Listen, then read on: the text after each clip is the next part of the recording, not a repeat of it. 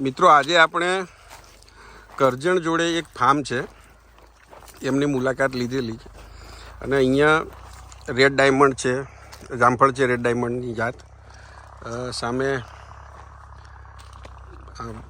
કયા Taiwan pink છે. એનાથી પણ વધારે શરૂઆતમાં આપણે જોઈએ તો આ જમીન કાનમ પ્રદેશ આવે કરજણમાં, કાનમ કપાસનો પ્રદેશ ને એવું બધું આપણે ભણેલા જે તે સમયે. અત્યારે ચાલીએ છીએ આપણે કાળી જમીન છે, બ્લેક સોઇલ. પણ જે ખેડૂત મિત્રો હશે એમને ખ્યાલ આવતો હશે કે આ બ્લેક જમીન કેવી હોય અને આ જમીન કેવી છે. આ વાડી કોની છે, એમણે શું શું પ્રયત્નો કર્યા, એનાથી પણ આપણે એક જોઈએ લાઈવ કે આ જમીન કાળી હોવા છતાં પણ કેટલી સરળતાથી ઘાસ ઉખડી શકે છે અંદરથી. આ મોટું થડ છે, એને આપણે ઉખડવાનો ટ્રાય કરીએ છીએ. આટલું મોટું છે તો પણ હાથેથી ખેંચાઈ ગયું.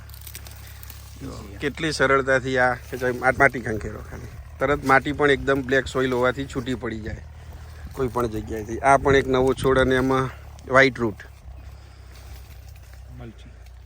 આ મલ્ચિંગ ને બધું છે. વાડી કોની છે, શું છે, આ તો શરૂઆતમાં હવે જે ખેડૂતોને જિજ્ઞાસા હોય એ લોકો હવે પછી એમના માટે વિશેષ વિડીયો આવશે આગળનો કે કોની વાડી છે, શું એમને શું કરે છે, કેટલો રસ લીધો છે, ખરેખર એ ખેડૂત હતા પહેલેથી કે એમનો બીજો કોઈ વ્યવસાય હતો.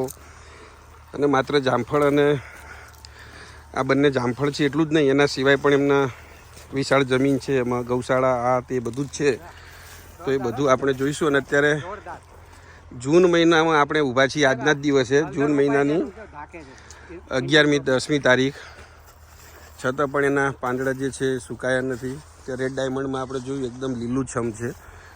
આ જો હળદરનું પણ વાવેતર થઈ રહ્યું છે અત્યારે, જામફળની બાજુમાં જ છે. તો કઈ રીતે એક ખેડૂત છે એ ઓછી જમીનમાંથી પણ વિશાળ પ્રમાણમાં આવક મેળવી શકે, સારી એવી આવક મેળવી શકે અને ઉચ્ચ ગુણવત્તાયુક્ત કેવી રીતે પ્રોડક્શન લઈ શકાય, એ બાબતે આપણે આગળના વિડીયોમાં જોઈશું.